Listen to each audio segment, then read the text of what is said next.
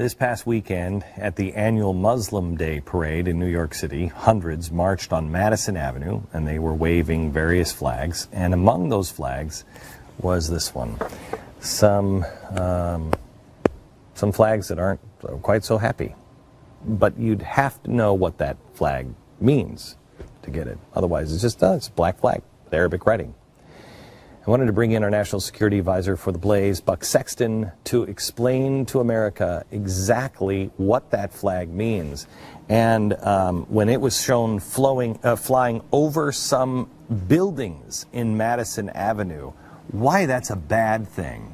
Buck, welcome to the program.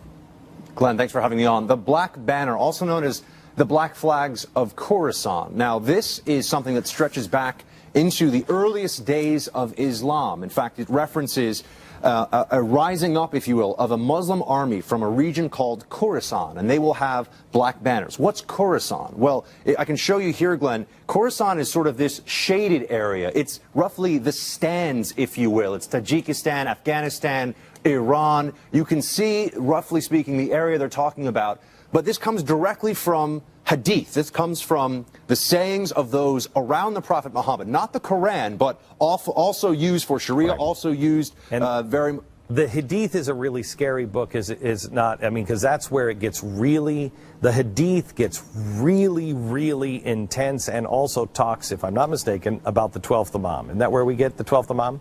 That's exactly right, Glenn. The Hadith is based on something called the Isnad. Now, the Isnad is the chain of transmission. Essentially, who was near Muhammad that heard him say this, and how trustworthy do we find that person to be? Thousands of them. But you're asking specifically about the Hadith for Khorasan, for these black flags. Literally the reason that jihadists fly the black flags. We'll just read the Hadiths. We can because we know what they are. The black flags will come from the east, from Khorasan, led by mighty men with long hair and beards. Their surnames are taken from the names of their hometowns, and their first names are from a kunya, which is a nom de guerre. That's one, but you mentioned the one about the prophecy, Glenn, the Mahdi coming, the end times. That's the other Hadith that mentions this. Messenger of Allah said, if you see the black banners coming from Khorasan, that area, go to them immediately, even if you must crawl over ice, because indeed amongst them is the Caliph al-Mahdi. That means, Glenn, the end times, the end of the world. There are others, by the way, that talk about taking over Jerusalem, of course, as part of global domination. How many times have we seen the black flags in history? Is this something that is always popping up, or is this, I mean... It's popping up more now. It's popping up more now because jihadists are on the march in a number of places.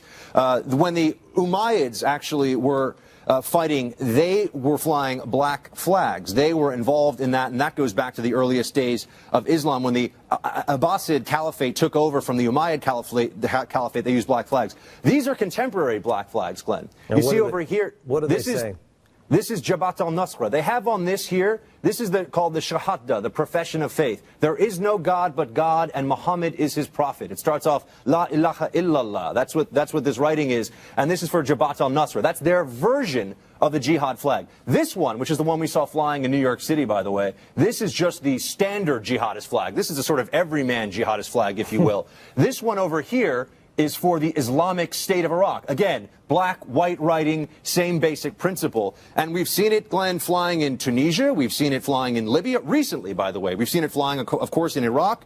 And oh, by the way, that's our embassy in Egypt. That's one of the black flags of the Islamic State of Iraq. There, our flag, of course, being desecrated, all the anti-American graffiti. For the Blaze, I saw this wall. I was here in June, and it's still up there. It's still covered in graffiti. But Glenn, if that's not scary enough, with the end times and with, we see now the black flags flying across the Middle East in the so-called Arab Spring, this is the one that actually hits the most home for me.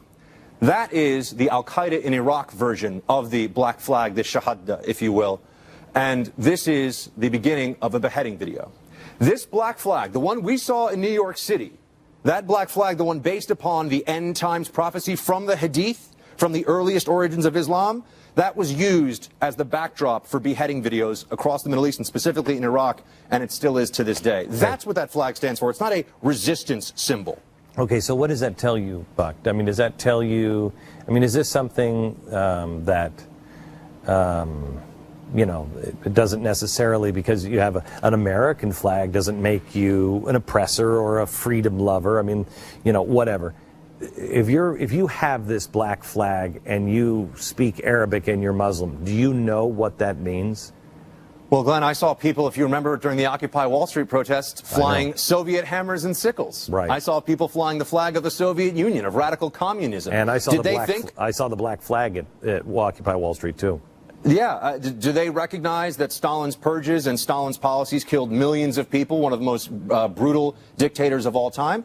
I hope they know that history, but they certainly don't factor that into whether they're willing to wave a Soviet flag around here at home. Now, no one's questioning the legality of waving this flag. People can do that if they want, but I would not do that. But we should at least be willing to call it what it is. If this flag is being used as the backdrop for beheading videos, it's not because the jihadists are confused. In fact, it's because we refuse to accept who the enemy is. Some people have started to know more about this. Ali Soufan, a former FBI agent, wrote a book called The Black Banners, in which he discussed some of these issues. There are others who are raising the alarm because, Glenn, we can't say that the Syrian resistance is moderate. Remember, we went through that together here on the show when they're going to put up the Syrian Free Army flag next to a jihadist flag. That doesn't jive because we know what they really want, the return of the Mahdi. Okay, so can I ask you something, Buck? And we've never talked about religion. I've only got about 90 seconds, so we should come back and do another episode together on this.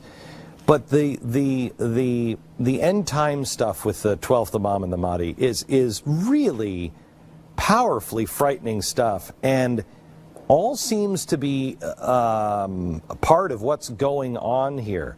Do you buy into this? They'll say, oh, well, Iran's just saying that because it appeals to the people. Is this different than, 1,000 years ago?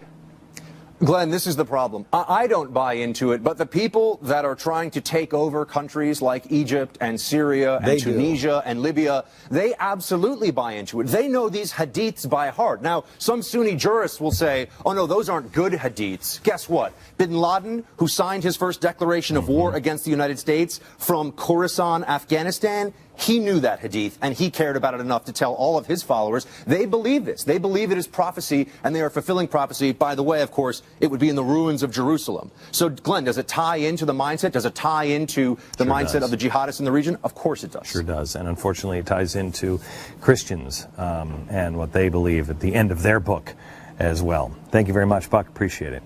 Thanks, Glenn. Back in a second.